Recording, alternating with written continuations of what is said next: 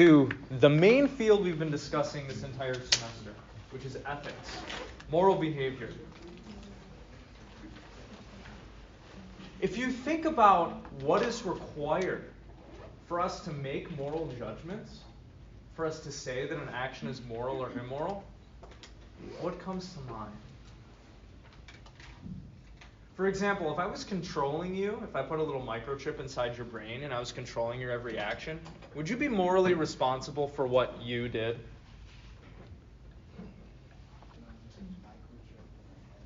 Yeah, if I'm controlling you like a robot, are you responsible for what your body does?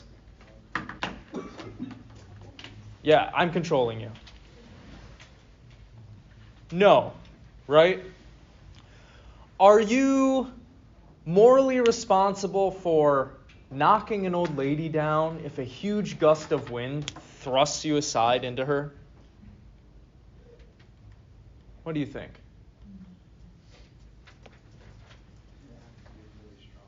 A 70-mile-an-hour wind.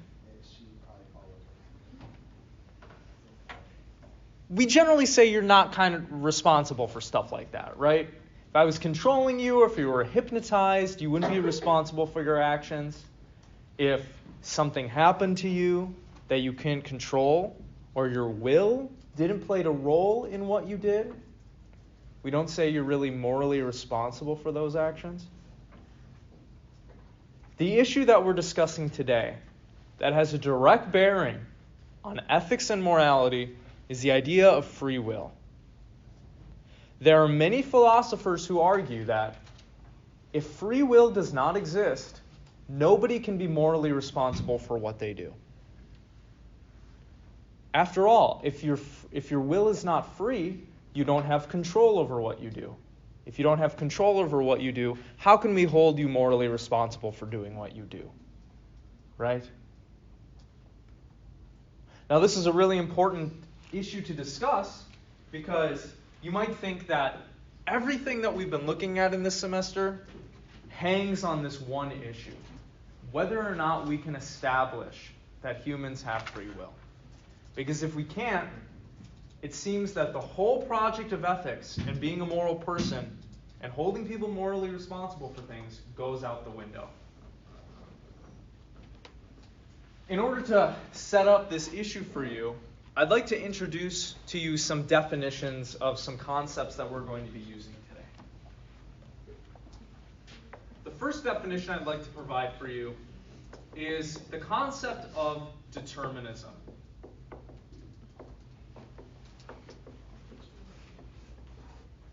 There are different theories in philosophy about whether or not we have free will, and there are different theories about whether or not free will is compatible with us living in a determined universe.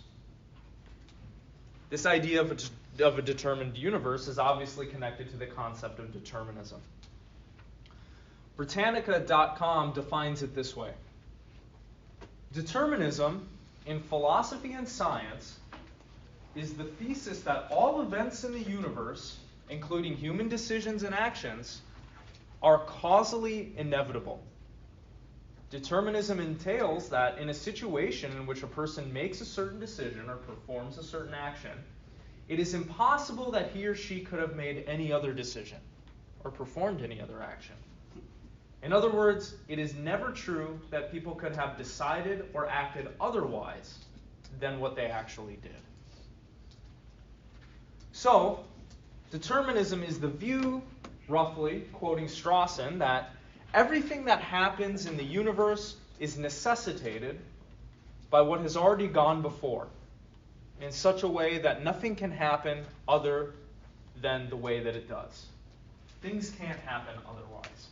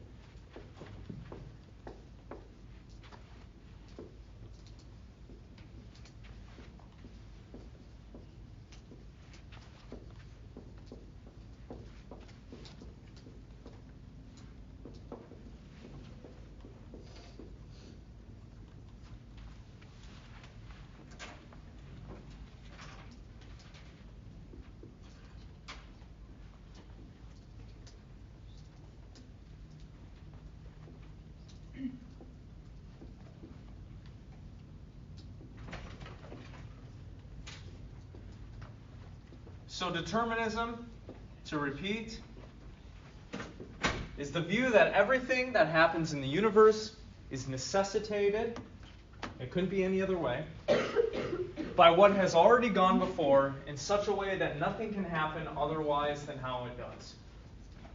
We think in life that we have choices, genuine options that we can choose from when a situation presents itself.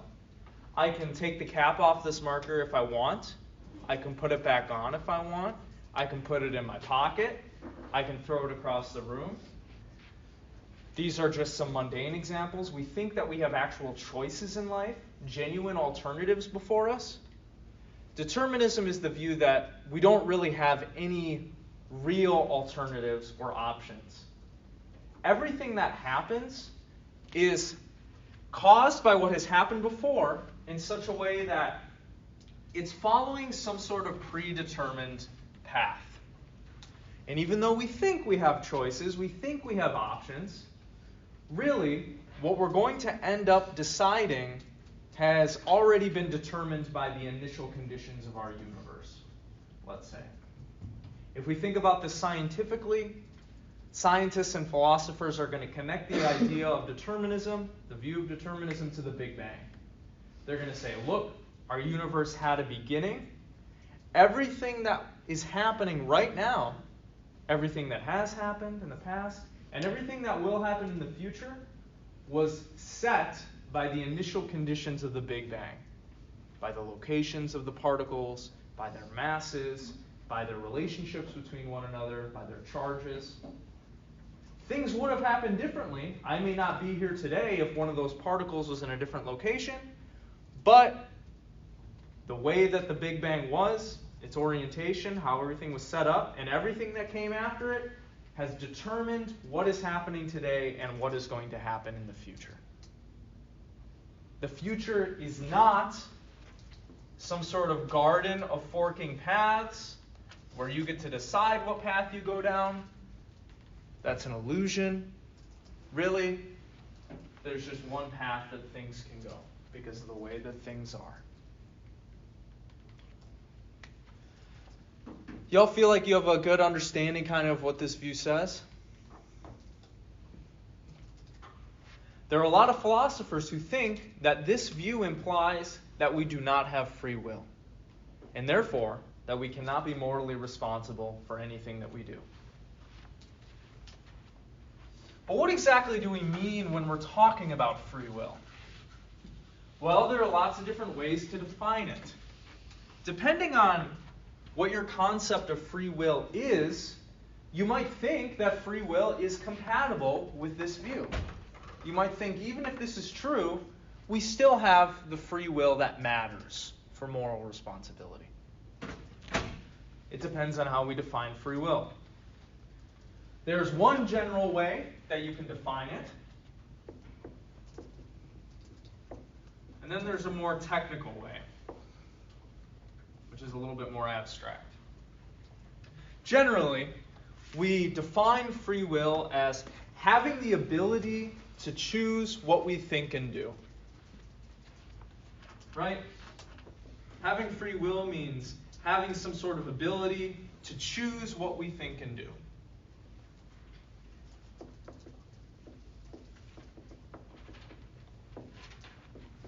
This is kind of the layman's way of defining free will.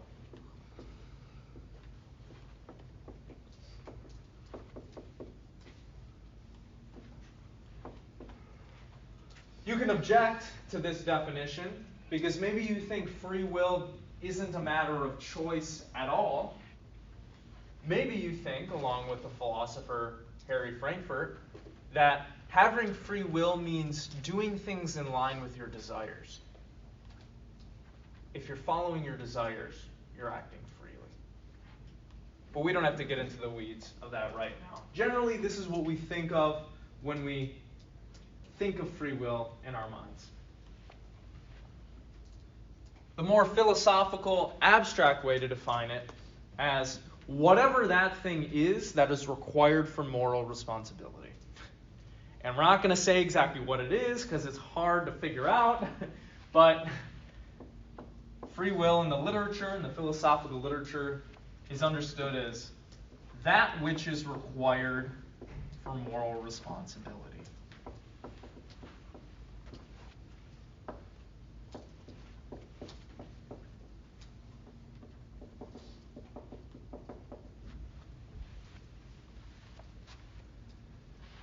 With these definitions, with these concepts now available to us, we can actually have a discussion about whether or not we think we have free will, what the different views on the relationship between free will and determinism are, and what Strawson personally thinks about this whole free will debate. So let me give you now a brief overview on the free will debate over the course of the history of philosophy.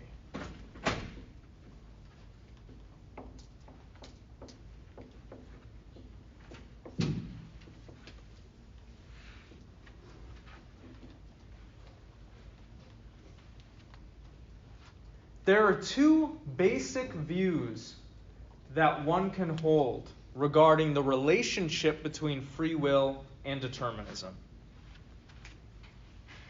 Unsurprisingly, they're called incompatibilism and compatibilism.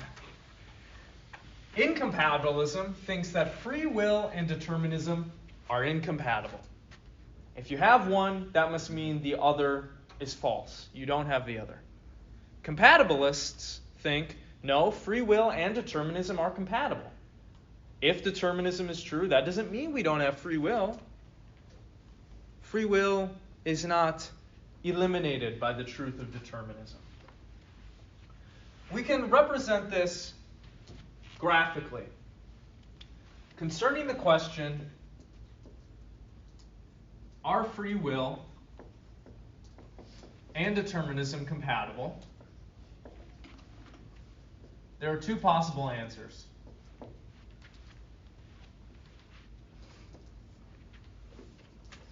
No and yes. Obviously, the people who think no, free will and determinism are not compatible, these are known as the incompatibilists.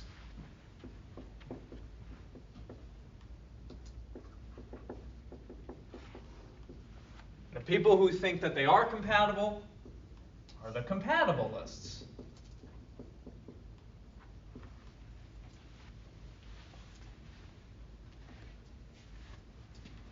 Just because you think that free will and determinism are incompatible, though, that doesn't tell anybody whether or not you believe in free will, right? So there are two possible views that you can have if you're an incompatibilist. You can either be a hard determinist, or you can be a libertarian. Not a political libertarian. This is a philosophical libertarian. You can probably guess what these different views say, right? The hard determinist is going to say, determinism is true. There's only one way things are ever going to go because our universe is governed, say, by physical, scientific laws that can't be violated, right? The libertarians are going to say, no, determinism is not true. We have free will. Our futures are not already destined. We play a contributory role, a primary role, in what happens to us in the future and how our lives turn out.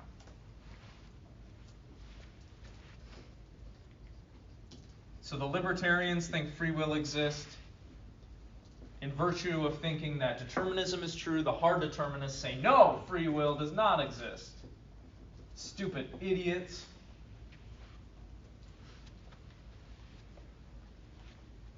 Of course, there is also another view, which kind of sidesteps this whole debate.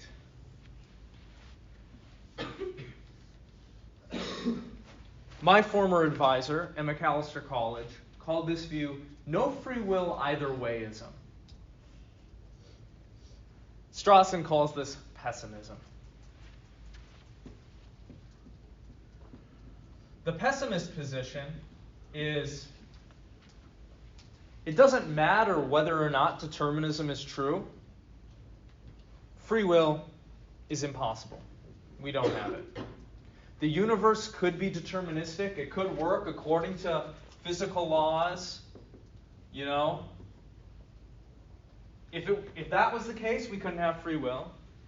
But, alternatively, if the universe didn't work according to laws, if stuff just happened by random chance, we also couldn't have free will. Why? Well, how do you derive free will from random stuff happening? Right? Our quantum physicists and scientists think that fundamentally, somehow, the way that our universe works is indeterministic. The way that wave functions collapse, the way that phenomena materializes, is somehow based on chance. It's based not on some rule, but randomness. Strawson says, if the universe is fundamentally random, how could we have free will in a universe like that? Randomness does not grant us free will. In fact, if the universe does operate randomly and by chance, it doesn't seem like we can really have control over anything. Right? So, let me just put it on the board. Let me summarize the positions again. Incompatibilism is the view that determinism and free will are incompatible.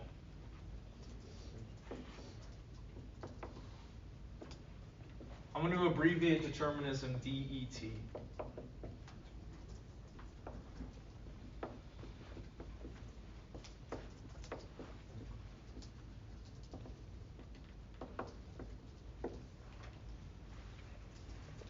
If you're an incompatibilist, you can either be a hard determinist.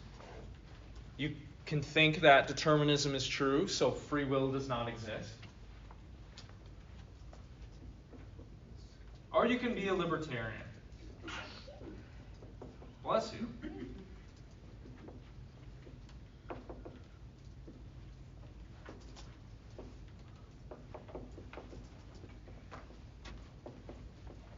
The libertarian thinks that determinism is false, so free will does exist.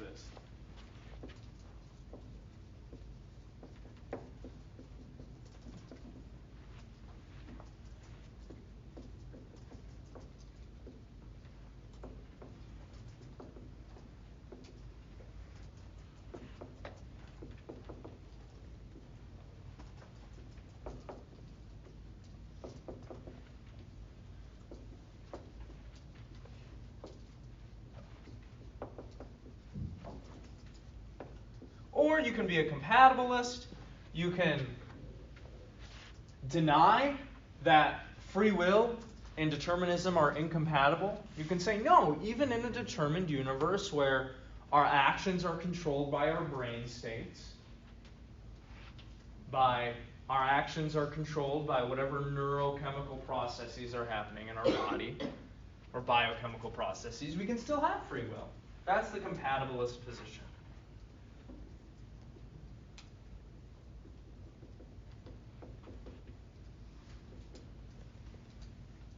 They have a softer conception of free will. What free will means for the compatibilist is not being able to rise above your biology and your historical circumstance and your culture and your upbringing and your religion and everything like the libertarian thinks.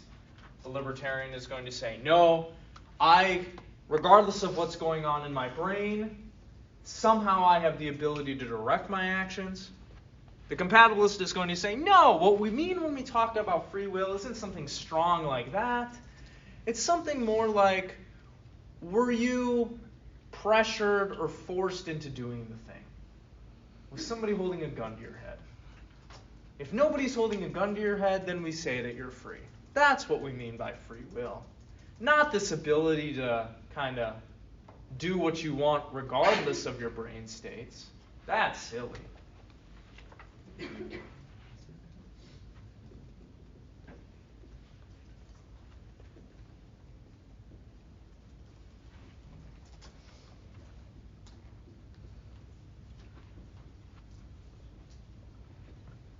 Finally, there's the pessimist position again, which states it doesn't matter whether determinism is true or not.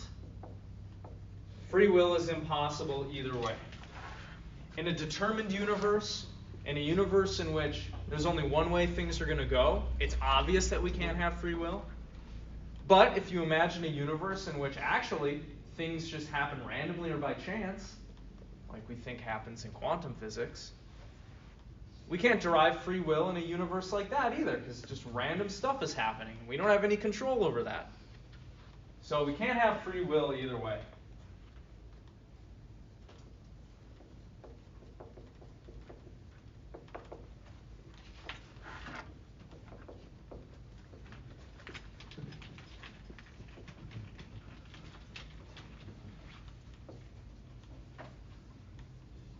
So,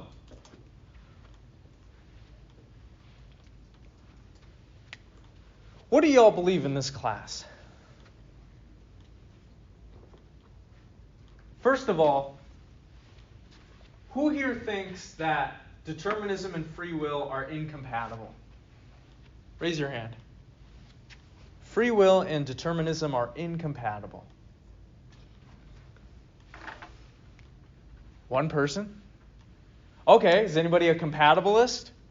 You think free will and determinism are compatible? That's fine. If there's only one way the future can go, that doesn't mean we don't have free will.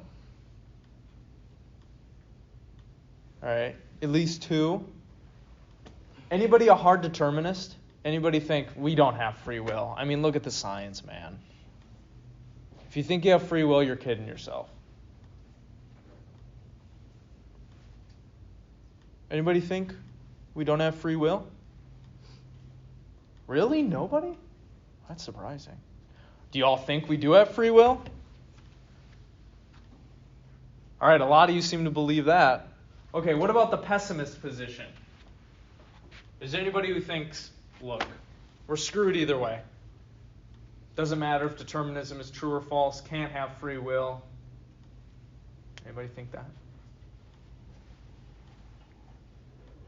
This is what Strawson believes. Strawson takes the pessimist position. And as we'll see in a little bit, he provides an argument for this position, a rather convincing one, in fact. But before we get there, let me ask you, what do you think free will is? What does it mean to have free will? When you think of free will, what do you think that entails?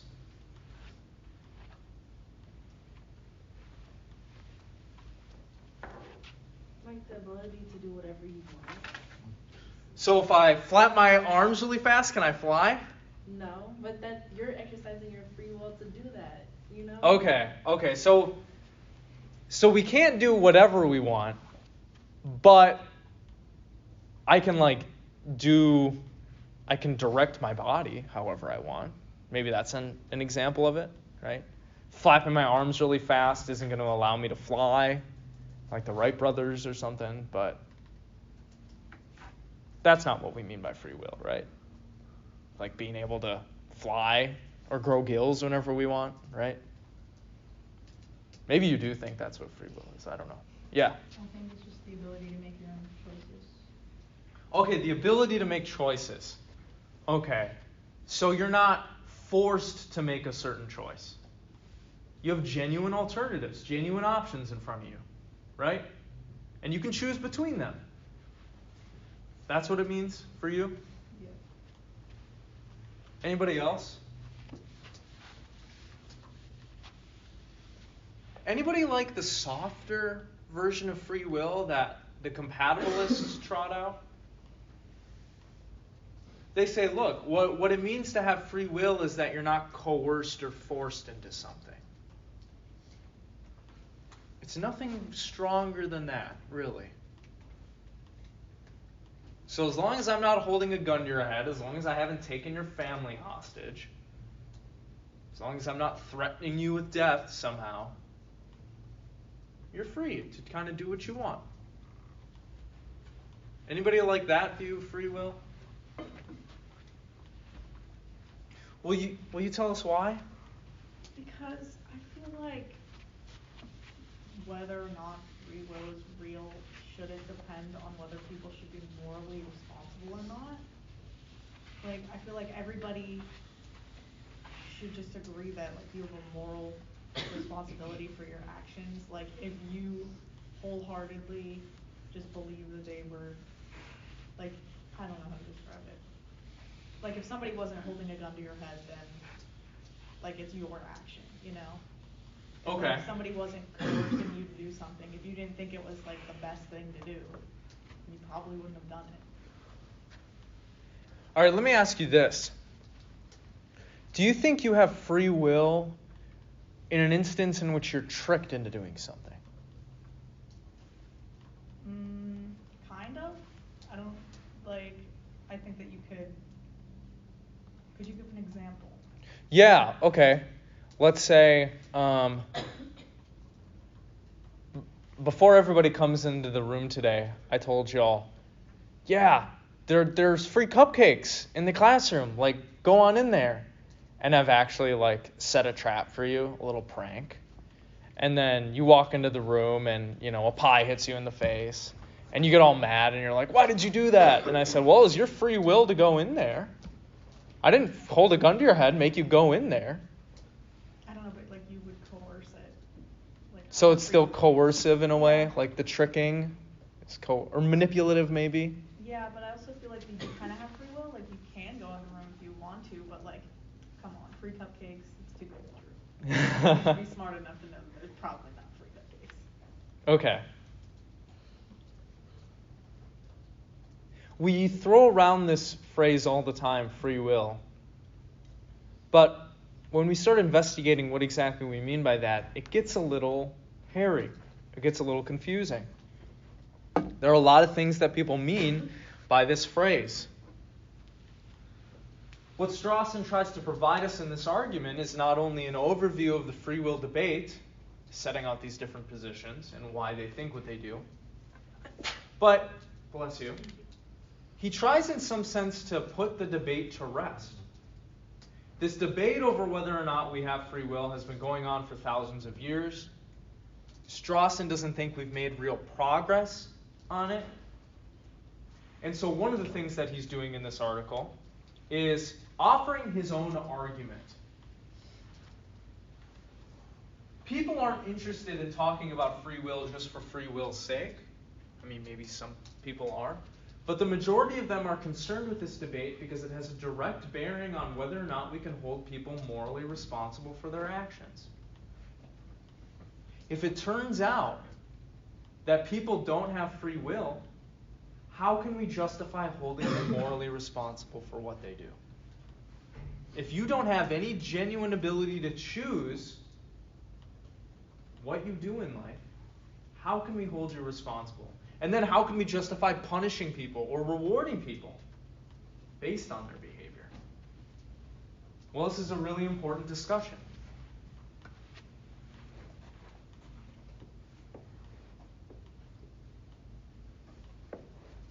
Strawson argues provides his own argument that he doesn't think anybody can ultimately be held morally responsible for their actions. And he begins this argument on page 4.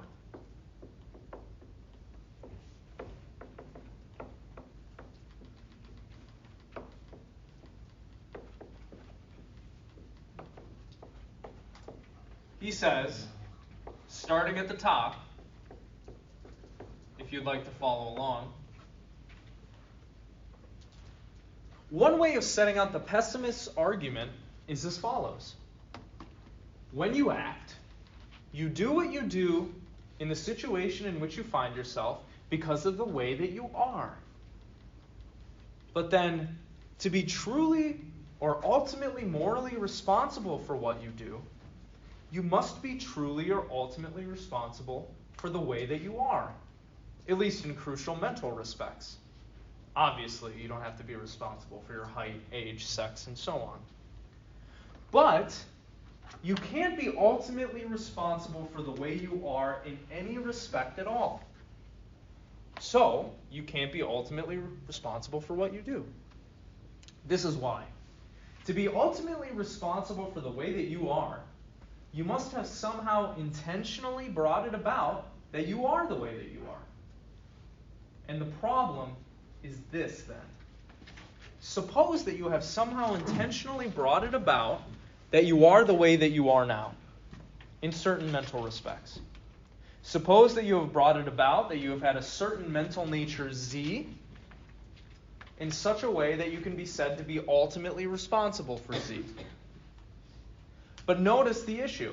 You must have already had a certain mental nature Y in light of which you brought it about that you now have Z. If you didn't already have a mental nature, then you didn't have any intentions or preferences and can't be responsible for the way that you now are Z-wise. But then for it to be true that you are ultimately responsible for how you are now, you must be ultimately responsible for having had that nature Y in light of which you brought it about that you now have Z. So you must have brought it about that you had Y. But then you must have existed already with a prior nature X, in light of which you brought it about that you had Y, in light of which you brought it about that you now have Z, and so on. Here one is setting off on a potentially infinite regress. In order for one to be truly or ultimately responsible for how one is, in such a way that one can be truly responsible for what one does, something impossible has to be true. There has to be, and cannot be, a starting point in the series of acts of bringing it about that one has a certain nature. A starting point that constitutes an act of ultimate self-origination. So do you see the problem here? Let's say you go ahead and you shoot a man dead in the street. You shot him because of the way that your mind was at the time. In order to be responsible for that action, Strawson is saying, you had to be responsible for bringing about how you were when you shot him. Because you shot him because of the way that you were. But in order to be responsible for the way that you were, you had to have been responsible for having a certain nature that brought that about. He calls it Y, a certain mental nature Y. But in order to be responsible for having a certain mental nature Y, you must have had a certain mental nature X in which you brought about Y. Here we have an infinite regress. But that's impossible. None of us created ourselves. None of us decided what our minds were going to be like, or what our mental natures or what our intentions and preferences were going to be. And because what we do is dependent on how we are, and we didn't have ultimate control over what we are, we can't be morally responsible for our actions, ultimately. So let me just rephrase it in 4 easy points. In order to be morally responsible,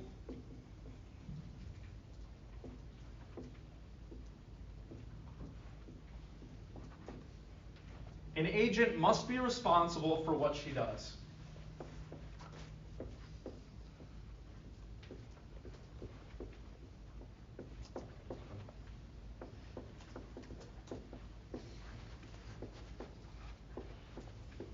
However, in order for an agent to be responsible for what she does, she must be the cause of herself. She must be responsible for how she is, which causes what she does.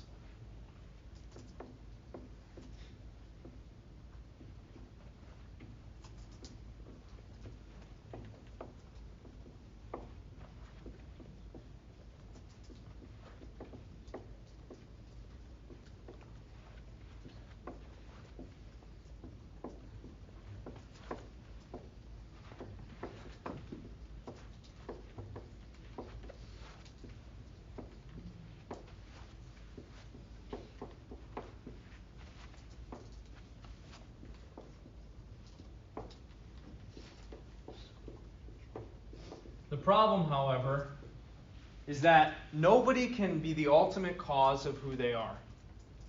In Latin, this is called causa sui, self-cause.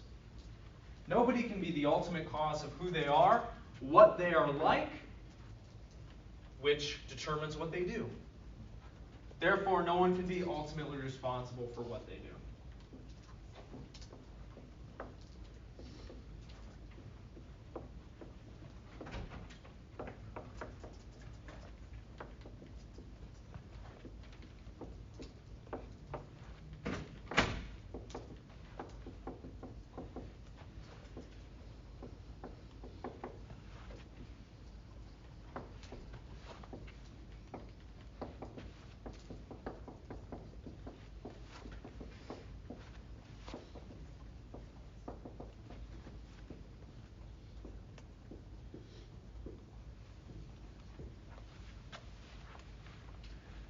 And so the conclusion is that nobody is ultimately morally responsible for what they do.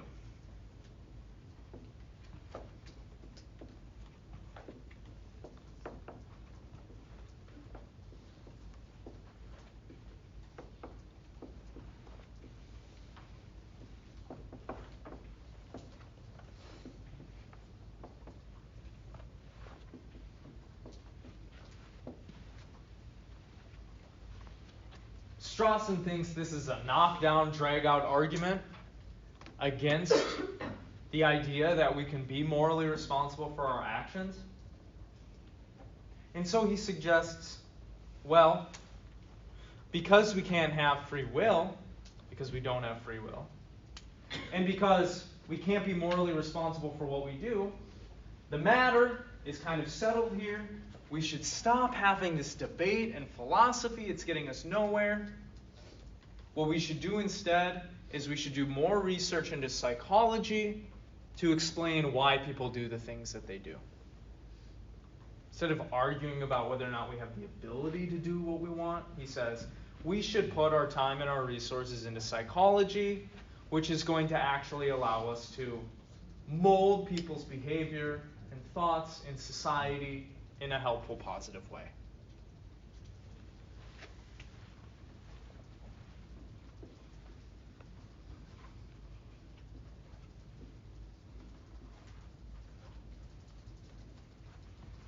He says that having this debate is like riding on a metaphysical merry-go-round.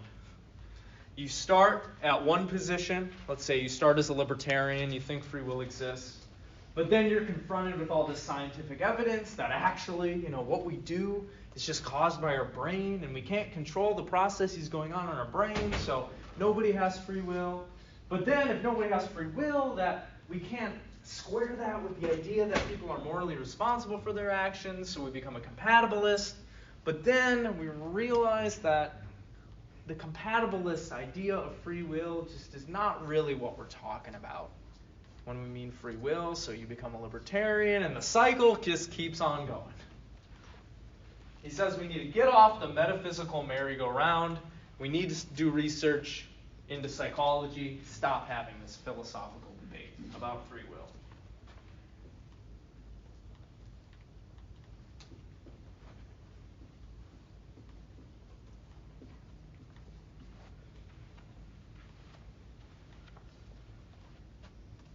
So, do you think Strawson is right?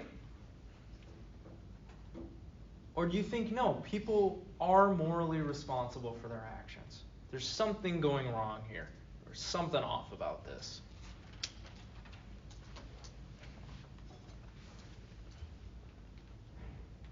What do you think? Yeah. So what would you say his definition of free will is? I think his conception of free will is something like having the ability to choose between genuine options. And he thinks that we don't really have the ability to freely choose between genuine options because we had no control over what our mental nature is like in virtue of which we're making our choices. Right? Our upbringing, our culture, our genetics, All of these social and biological influences make us have a certain mental nature. We didn't bring that about. We can't control the mental nature by which we make our decisions, so we can't be morally responsible for them. Because we didn't create ourselves. It's not like, we were in heaven and before we dropped into this body, it was like an RPG and we're like, yep, here's the skill tree, intelligence is going to be up, stamina. No, that's not how human life works. We're just born having a certain set of genes and predispositions, and we have a certain upbringing that we can't control, that we have no say in.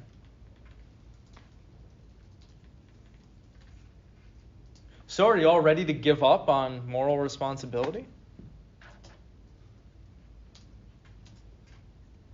Or do you think people can be held responsible for their actions?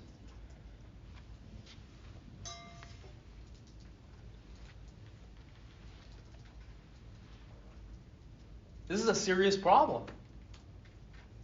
Think about what would happen if we gave up on moral responsibility. What other things would we have to give up on? The law. Right. We would have to completely change our criminal justice system. We'd have to completely change our attitudes and our judgments about other people. If free will doesn't exist, you might even say we would have to give up on our concept of rationality. Because what do we mean when we say someone's being rational? They're choosing to think logically, along certain logical rules of inference, along certain logical lines. Well, if nobody can actually choose what it is that they do, it's a matter of chance whether or not you think logically or not. It's out of your control. So we can't urge people to be rational. In fact, we can't urge anybody to do anything because they're going to do what they're going to do. They're not going to do what they're not going to do. Doesn't make sense to make claims on anybody, really. Nobody has any control over their actions, right?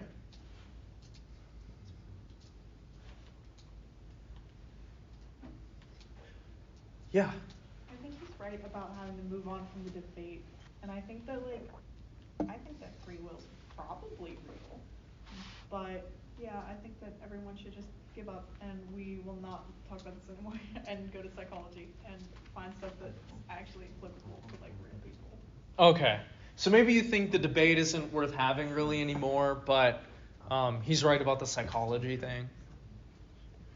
Maybe he's got a point there. Yeah. I would agree with that. Recently I've been on a really bad binge of watching true crime incarcerations. And there has been multiple reoffenses in the adult, criminal justice system to where they go to jail for a certain amount of time, they stay there until their court date, and then after they get out, they reoffend and come back and do the same thing. Right. Right now I'm actually watching, it's called Girls Incarcerated. It's a juvenile, women's, I guess it's a girls' juvie. It's called Madison in Indiana, and they work their system as a rehab. So their determined date isn't by what they were, charged with, it's by completing a program. And Okay. once they complete the program, they're free to go. So some people stay for 3 months, some people stay for 2 years. And they said that their reoffense rate is only 20%, so 80% of them go home and don't come back. So I think going back to that, yeah, free will is depending on what you believe it is, I feel like we should go back to psychology and figure out what is making people make the decisions that they make. Okay.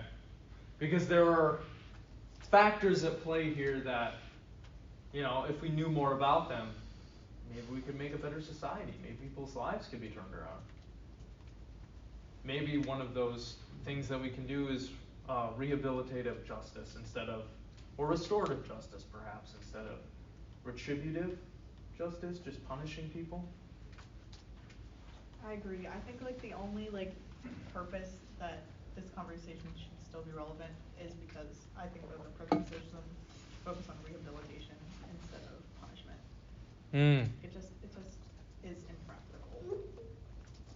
If we buy that people are morally responsible for their actions, what kind of people are we talking about? You sitting in this room right now, let's say you're a normal, average, everyday person on an average day. Are you morally responsible for what you do in this room today? What do you think? A lot of people are going to probably say yes, right? Seems like normal people in their everyday lives are morally responsible for what they're doing, right? People aren't holding guns to their head. They're not hypnotized. They're not controlled by a microchip.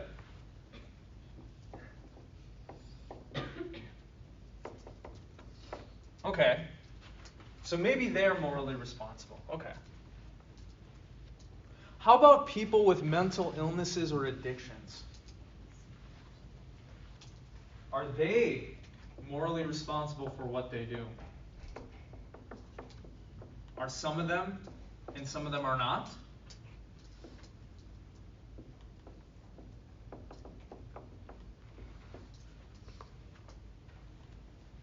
Let's say my brother is really addicted to heroin. And he comes and he's asking me for money again. You know, this is the 10th time he's asked me for money. He really needs his hit here. And I say, don't go and do that. That's bad. You're ruining your life doing this. And he steals my money before he leaves. Is he morally responsible for that? Are people with addictions morally responsible for what they do? Does it matter the kind of addiction that they have?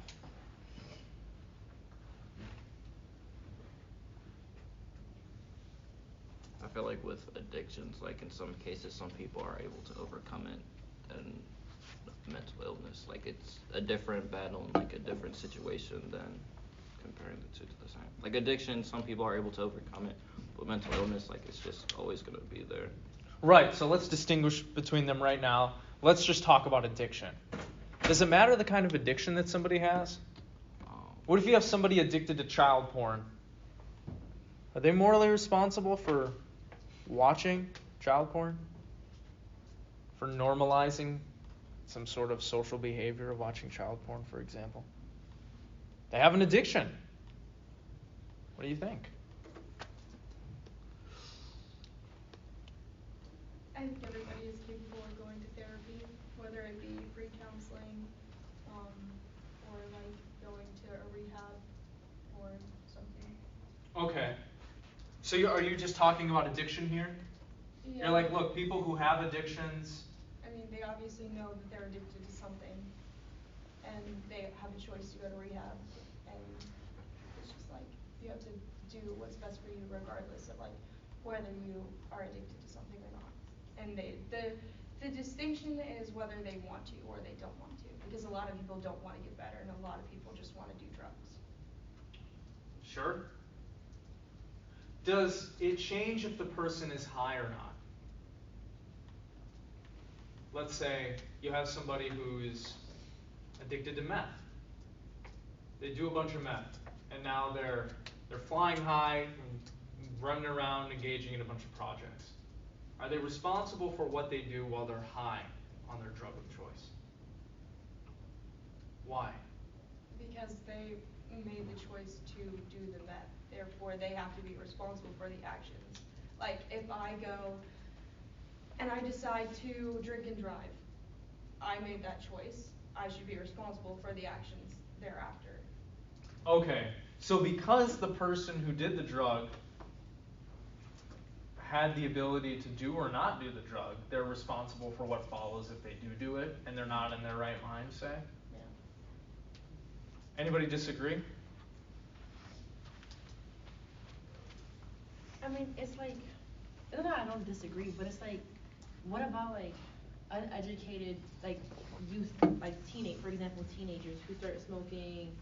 I don't want to say marijuana because there's not enough scientific evidence that says it causes lung cancer, but like for example, cigarettes or like nicotine. Like I think there's like proof. I'm not 100% sure. I'm not a science major or anything like that. But like there's like some type of proof that like cigarettes or like nicotine can cause some type of lung issue.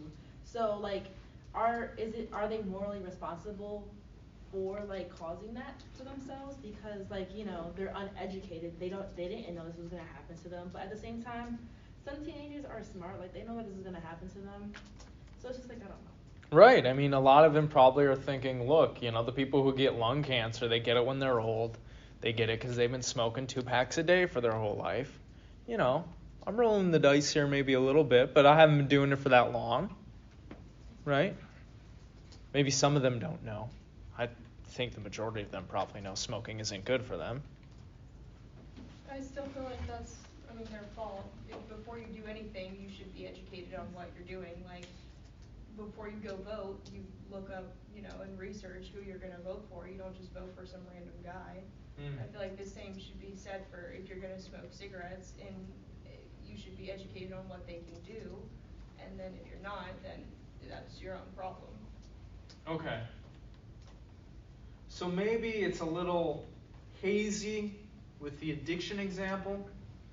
Maybe we want to say people are responsible for their addictions. They are responsible for what they do, even if they have an addiction.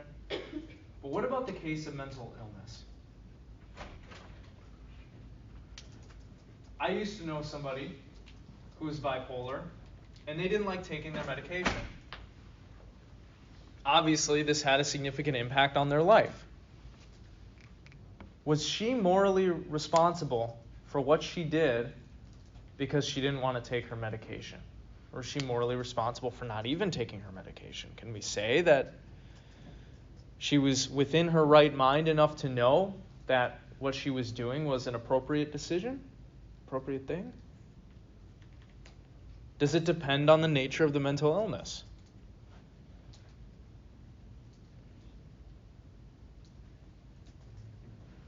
What do you think? I think it depends on the age of the person and their knowledge of their mental illness. Because I know some older schizophrenics who don't know they're schizophrenic and they just hear voices and do actions. I don't think they're morally responsible, but I feel like if you're old enough to understand what's going on with you and you decide not to take your medication even though it's prescribed, I think you should be morally responsible. And I don't necessarily think I think in this instance, if they do something illegal, they should be hospitalized on their controlled prescription, not necessarily put in with a bunch of criminals who are murderers or, you know, armed robbers. I think that's a little bit of a different approach. But I think if you're fully aware of what you should be doing and you're not doing that, I feel like that they should be held responsible. Okay. Can you think of an example of a mental illness in which you would say, okay, that person's not responsible for what's happening to them right now, or what they're doing? I think mental illnesses that are I don't want to say caused, but are I don't know how to pronounce. For example, for me, I was diagnosed with depression 2 years ago. I don't mind putting that out there. That's my business, but I don't really care sharing that out loud because I'm learning to cope with it. My mom has always told me that she was the main reason that caused it, and my family just in general, and that culture and that toxic environment, and even religion as well, severely traumatized me and gave me that depression. Therefore, I feel like I shouldn't be morally responsible for having that mental illness because I'm not the one that brought that upon myself. It was the trauma that I experienced around me. And that is just my personal opinion, but I feel like I shouldn't be held morally responsible for that. Right. I think we would say for a lot of people who suffer from, illnesses or whatever you want to call it of this kind, a lot of them are not responsible for having it. Right? Sometimes it's genetic, sometimes they have a predisposition to a certain illness, sometimes they're in a social context in which they can't control. Are you morally responsible for what you do as a result of your depression? Let's say your roommate's look, I really need you to clean up, your room in the apartment or the dorm this week. we have somebody coming over. I really need you to do this. This is really important. You just can't motivate yourself to do it, right? You feel lifeless. Your roommate comes back and says, why didn't you do this? Like, I asked you to do this, and you're just like, well, I'm sorry, I couldn't get around to doing it. Can she be rightfully upset at you and hold you morally responsible for the dorm being unclean? Well, for me, I don't know. When it comes to like that, I like to have like my stuff clean. Like I can't like leave anything messy. Like personally, I can't live. That's how I was like born and raised. Like you have to. If people are coming over, you better clean, or else they're gonna think that you're, I don't know, dirty or some shit like that. But that's how I was born and raised to like think. So I mean, if I was just thinking like out of the box for a second, and if that roommate knows my situation and knows that I suffer from depression and I'm going through something currently, I feel like she shouldn't really have a right to get upset with me because you knew before signing this contract with me or being roommates with me that I was suffering from a very bad depression. Therefore, if you knew that, why make that obligation to live with me? So I don't know. Sure. Yeah. Going off what you said, like for me, I am kind of a messy person when I'm down bad. Like yeah, stuff goes off. But like me and my roommate have like this like subtle agreement that like we both know that when we're both emotionally ready to like clean our own spaces or whatever, like we'll do it. But if it's in a case like that where like we need the house ready, I know that like if I'm like in a place where I don't feel like doing it, I'm gonna be like, hey, like can you like help me or like I'm not ready to do this. Like can you like maybe help me or something like that or something like. And she's even the kind of person, my roommate personally, like she cleans my room like for me. Like if I go to class and my room is gross and she knows I'm in like a weird place, like she'll clean my room for me, and I do the same for her. So I feel like it just depends on the person, but you can't like she shouldn't hold you morally wrong if she knows. Like that's not under your control. Okay. So it might be helpful to distinguish between a few different things here, but I'll let you go before I do that. Say I'm in the same like boat. Like I have depression and my roommate has ADHD, so my roommate cleans and like cleans good. And like I feel like you gotta find a person to do the agreement with you. Like I would feel bad if I lived with somebody else and they're like, you live in filth, and I would be like, you're right, and I would feel bad if like they lived directly like with me. But it is what it is. Okay. So we can distinguish between holding someone morally responsible for something, holding someone blameworthy for something, and whether or not we decide to punish a person for what they do. Right? These are all distinct things. Let's say we're hanging out and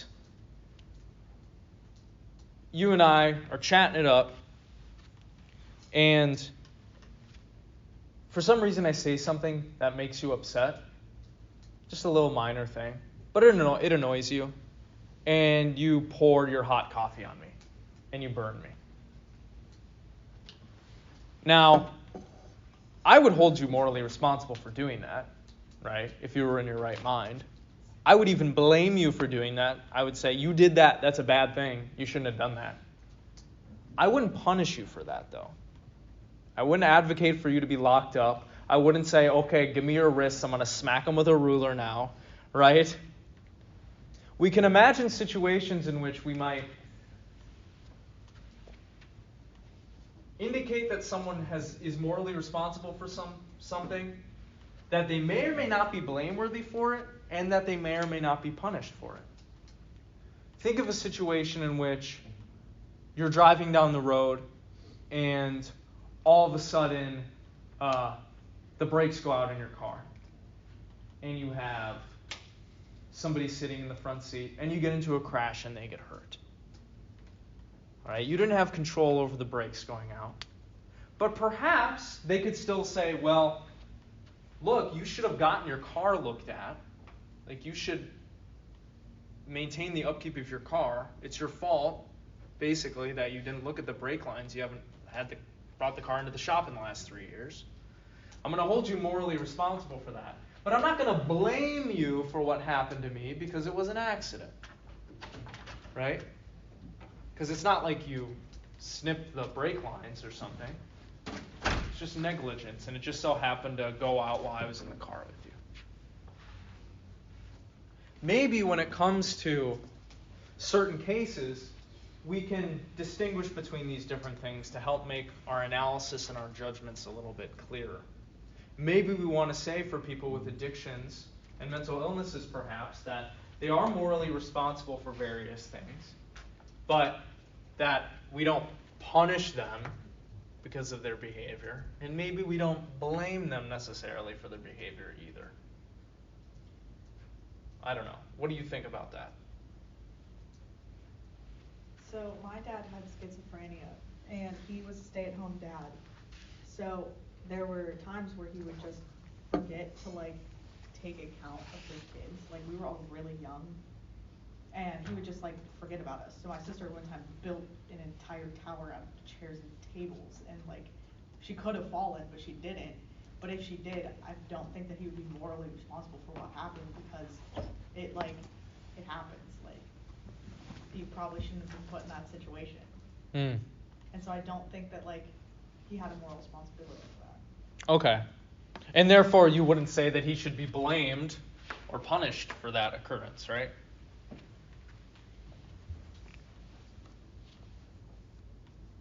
So maybe in some small way, we can say that they're morally responsible there. Some of them, maybe not in all cases. What about people who grew up in cults?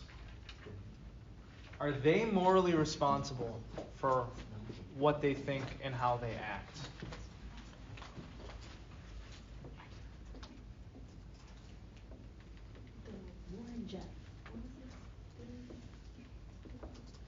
Let's say you were raised in a religious cult that taught you to see the world in a particular way, that taught you to see others in a negative way, people who are not part of your cult. Are you morally responsible for your actions that flow from your mental state due to this upbringing?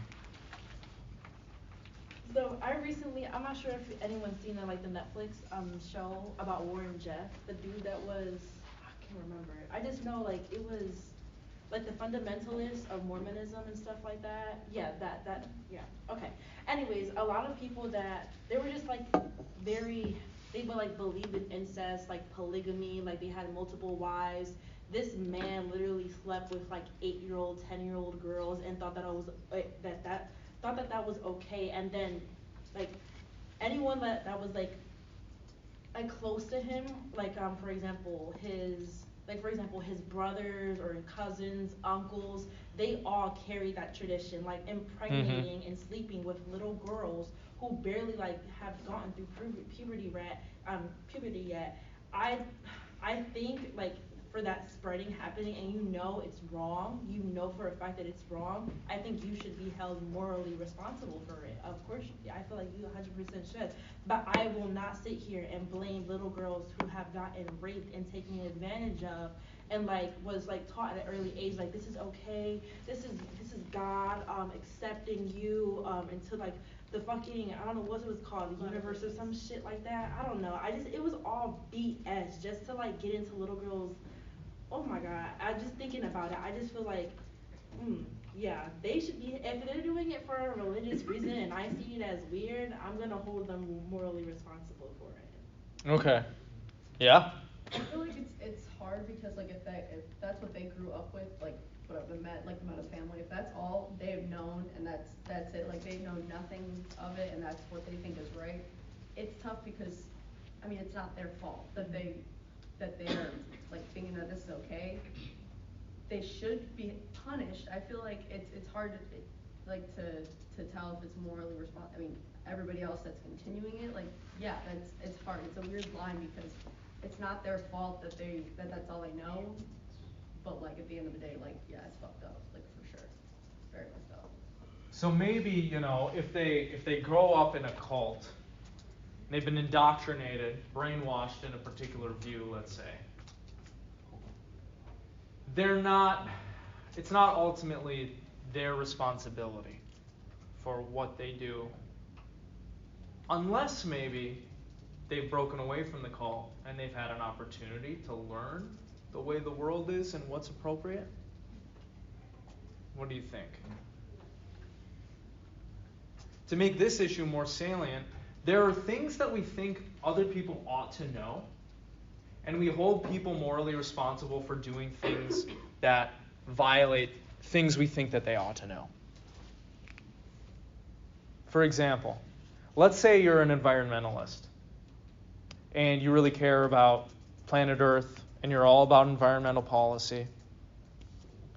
If I haven't given a thought to what I consume and all the planes I go on and all the road trips I go on, and I don't know that my actions are having a negative impact on the environment, let's say, should I be held morally responsible for those things?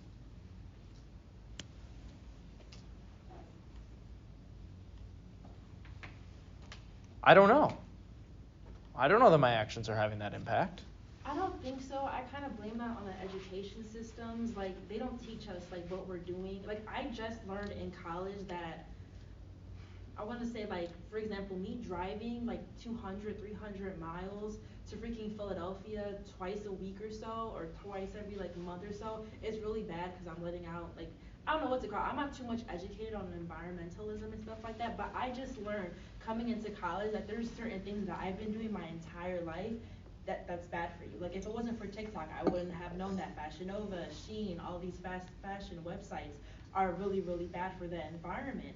So I think it just comes to educating yourself. If you're not educated on it, I don't think you should be held morally responsible because you're not. But at the same time, you can go ahead if you really cared about it or really curious about it, find those resources. So that's the thing, right? We have the ability to, like, basically figure out anything about anything whenever we want, right? And what do we do with that technology?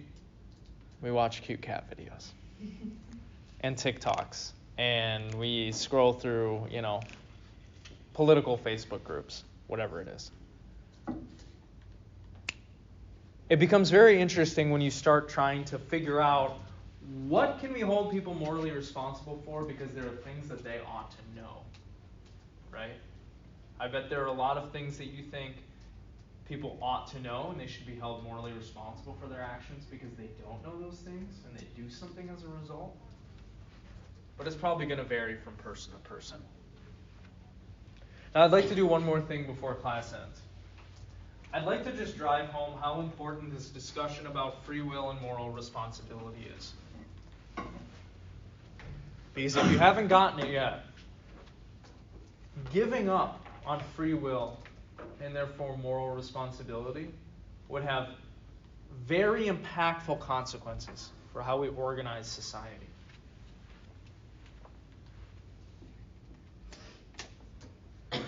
How would we have to reorganize society if we all gave up on the idea that free will exists?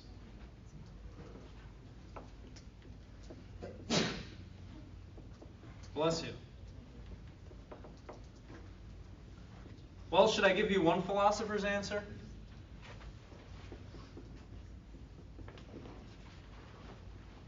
If free will doesn't exist, we would have to completely change our criminal justice system. More specifically, we'd have to completely change our prison system. Because free will does not exist in this scenario, and therefore people can't be morally responsible for their actions, instead of punishing people in prisons, we would have some sort of duty to make prisons as fun and comfortable as possible. Call it punishment instead of punishment.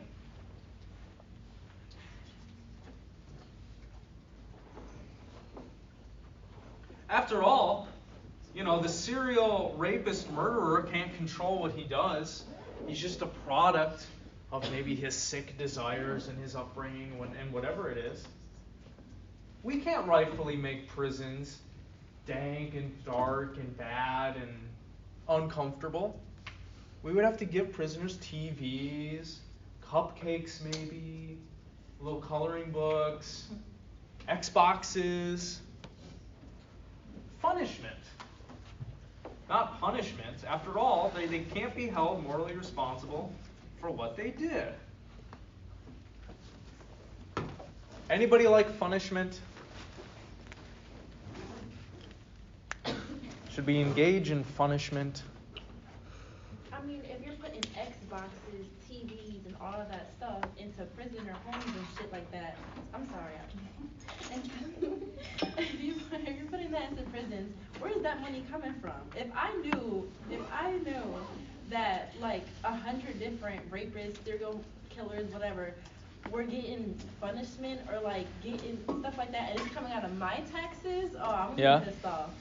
Don't you have compassion for people who are just a product of their circumstances? They can't control their actions after all, okay? Man, no, not my taxes. I'm not supporting that shit. I guess I can't control if I punch a rapist in the face. Yeah. What about our major world religions? Don't even get me started on religion. We would have to rethink those. Don't even get me started on religion. Why? At least in the Christian tradition, the concept of somebody going to heaven or hell is dependent on the choices that they make during life. Right? If nobody has any ability to really choose what they think or believe or whether they go to church, how could any God justify sending them to hell? We'd have to rethink all of our major world religions. Islam, Christianity, Judaism, Buddhism, perhaps.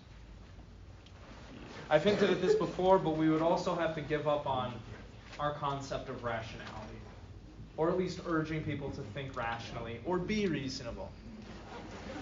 After all, people are going to think how they're going to think. They have no control over that. Giving up on free will seems to imply giving up on moral responsibility, and it would seem to imply radically changing how we engage with others and how we have structured our society. So think on this issue. It's a really important one.